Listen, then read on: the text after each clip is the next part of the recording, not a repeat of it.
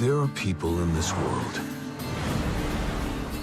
who go looking for adventure.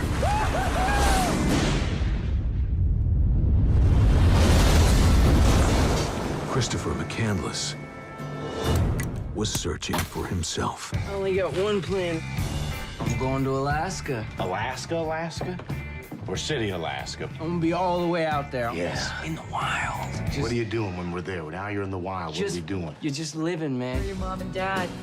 Living their lives somewhere. Did your folks know where you are?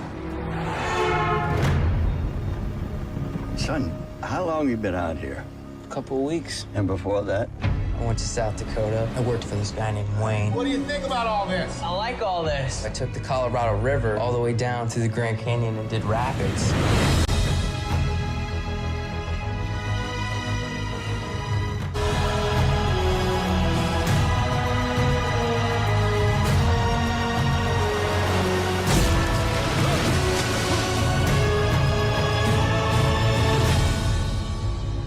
If you want something in life, reach out and grab it.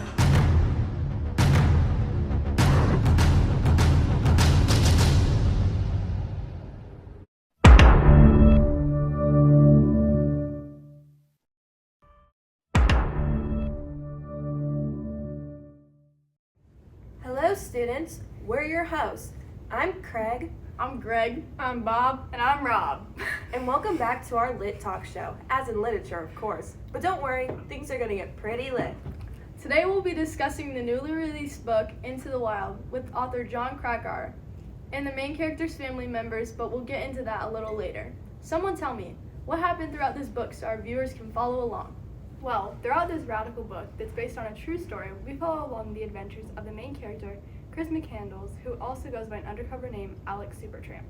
His journey started off at a young age as Chris had enjoyed being out in the nature and exploring the ways of the world independently without help.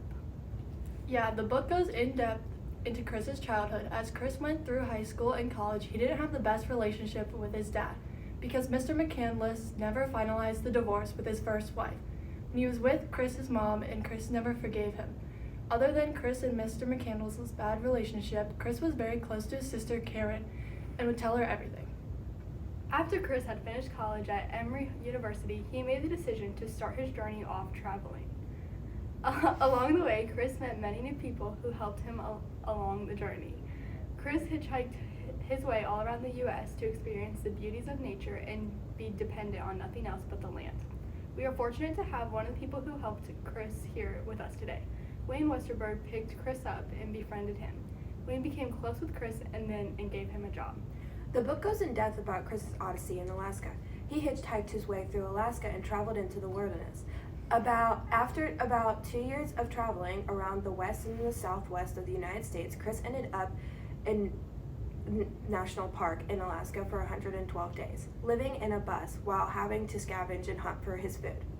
Overall, a young man leaves his middle-class existence in pursuit of freedom from relationships and obligation, giving up his home, family, all possessions but the few things he carried on his back, and donating all his savings to charity. Christopher McCandless embarks on a journey throughout America while he lives off the land.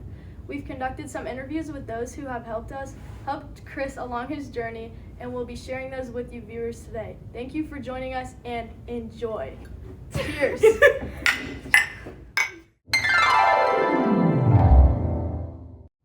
I'm here with the author of Into the Wild, Jon Krakauer. Can you tell us a little bit about yourself? Yeah, I've always loved climbing and being adventurous. My father introduced me to mountaineering at a young age, and my life revolved around mountain climbing. I went to college for environmental science. After college, my life revolved around coming to support myself. I was a fisherman and carpenter while traveling around the Pacific Northwest. Wow, sounds like you lived an adventurous life. Please tell me more about your accomplishments and the books you've published. Yes, well, my love for mountain climbing has inspired me to write many books. I like to write about mine and other people's journeys. One of my most famous books that received #1 national bestseller is Into Thin Air. This book is about my journey climbing Mount Everest. My most recently published book is called Into the Wild. It's about Chris McCandless' journey traveling to Alaska. Don't want to give you too many spoilers, so you can go check out the book yourself. How did you structure Into the Wild? Well, that is a great question. I really thought through the way I wanted to structure this book. I wanted the readers to see how chaotic it was for me to search for the answers about the death of McCandless, just like his journey was chaotic. I jumped around to different places, days, and times in his life. I didn't make the book in chronological order, but rather a more nonlinear structure to tell the story of Chris's life and how he was involved in other people's lives along his journey. The readers already knew that Chris wasn't going to make it within the first couple of pages, but that wasn't the focus for me. I wanted to highlight the key points throughout his life and how it helped develop his character through a personal essay type of structure and investigate nonfiction with biography. Thank you for joining us today and talking about your book, Into the Wild. I hope this convinces you all to read this book. Today, I am here with Chris McCandless's parents, Walt and Billy. Can you tell us what your relationship was with Chris before he left to pursue his odyssey? I love my son very much. He was such a loving and curious kid. I miss my baby boy. I wish he just didn't leave. Well, my son was a knucklehead at times. He could be real stubborn and not listen to the wise words of his father. I knew he always had dreams of being a part of the wild, and he didn't seem to function or follow the norms of other kids his age. I always knew he was ambitious and independent, but it started to get rough when his anger started to arise. I didn't really know at the time because he kept it bottled up, but after a year or two, his anger started to surface even more after our continuous disagreements. Before I knew it, it was too late and he was gone and it snapped my fingers. Thank you for the elaboration on your relationship with your son. What were the conditions like at home when Chris had picked up and left without warning? Well, at first we were quite confused as to why our son gave no explanation on why he randomly left, but as time went on, we realized that this wasn't out of the ordinary for Chris to do. He truly loved nature, challenges, and had always dreamed of experiencing his very own journey to Alaska. Although we never stopped trying to find him and get into touch with him for the 2 years our son had been gone. Yes, exactly what Walt said. Sure, we had been hurt and worried sick because Chris's severe lack of communication and not knowing where he was, but deep down we knew that he was probably enjoying himself in the wonders of somewhere in the world. I can't imagine how you as parents felt to have your child be gone for an extended amount of time, and I'm glad you never gave up on your search to find Chris. How did you feel when you went to the camper bus that Chris had passed away in the Denali National Park? Well, as soon as we made the trek out to this bus in the middle of nowhere, I felt a sense of peace. I have finally known where my son was all this time, and after spending 2 hours admiring the nature around the bus, I understood what Chris saw in nature and why his motives were so strong to go on this journey. Alaska truly is beautiful, and I know he was more than likely enjoying every second of it while he was there. Thank you both for being here and willing to talk to me about this hard topic. Right now I'm with Wayne. I'm going to ask you some questions. One question was, what was your favorite memory that you had with Chris in this book? I really enjoyed when Chris was working for me and knowing that I was helping him on his journey in any way that I could. I love that you had compassion to help Chris. My next question is, what was your first impression when you met Chris? When I first met Chris, I had known him as Alex, but when I first saw him, I thought he was intelligent and handsome, but brooded as much as he was happy. He was also very talkative and overall just an odd young man. He was always off on his own tangent, but I really liked him. I love hearing about Chris from someone who actually met him. It really makes a difference in perspective. Thank you again for being here today. If you could see Chris today, what would you have said to him? This is a hard one. That's a hard question. But I guess I would just want to talk to him again and tell him to let people help him, just so I could see him again and he would stop struggling on his own. Thank you for answering that. That was a difficult question to answer. Thank you for joining me today. Sorry for the brief interruption, but we have important matters to discuss. To start off, the type of writing style that was used by Jon Krakauer. It was a blend of investigative nonfiction with autobiography and biography to write this. The adventure and suspense genre worked really well for his lay of the facts style writing, as he displayed the idea of drop everything you are doing and go. He also used figurative language within this book, which helped readers imagine what was going on in the scenes. Jon Krakauer's narrative structure. He used a non-linear narrative structure. The most interesting part of this book was that the end of the book was mentioned at the beginning of this story, and the structure continued to jump between Chris's voyage north, his life before he decided to leave, and his journal entries. Rhetorical devices used by Krakauer.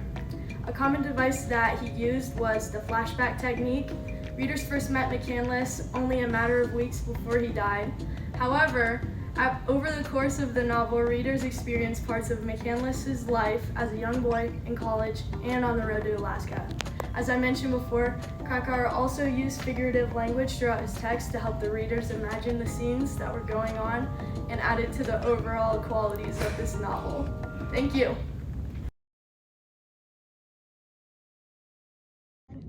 Earlier, we talked about our favorite parts of the book with the characters. Another favorite part of the chapter about Chris's childhood relationship with his sister Karen.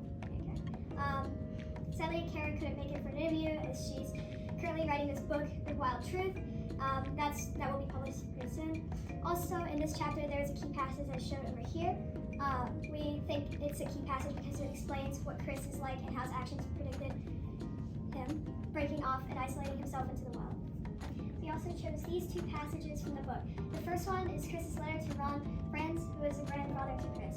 Chris is telling Ron to live a life to the fullest and don't make excuses, just do it. That's what Ron and Chris both did. We chose this other key passage because it shows Chris's experience and memories traveling the world was him finding real meaning and living to the fullest, just like the book says.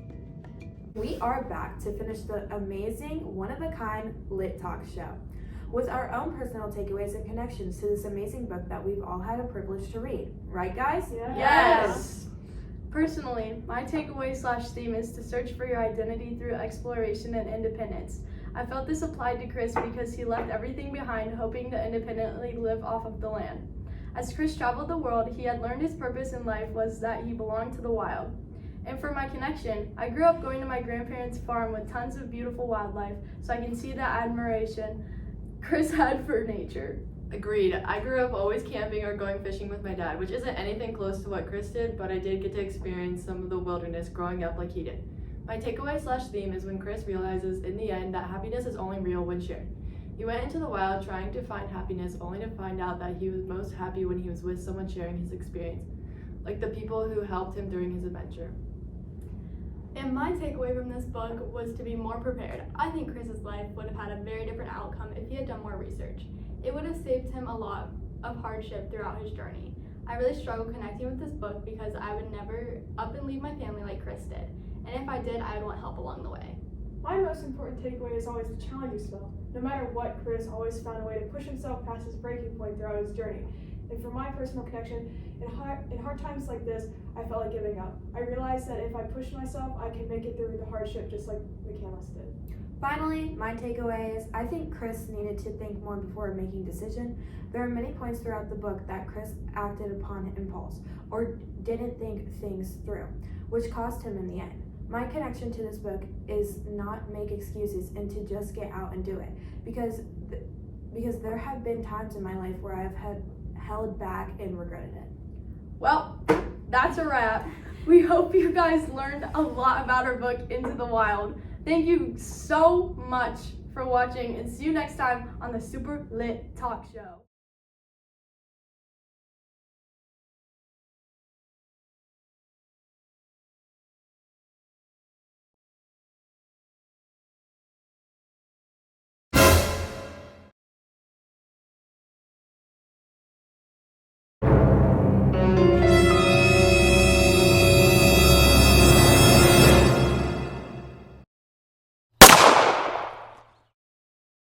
You're gonna be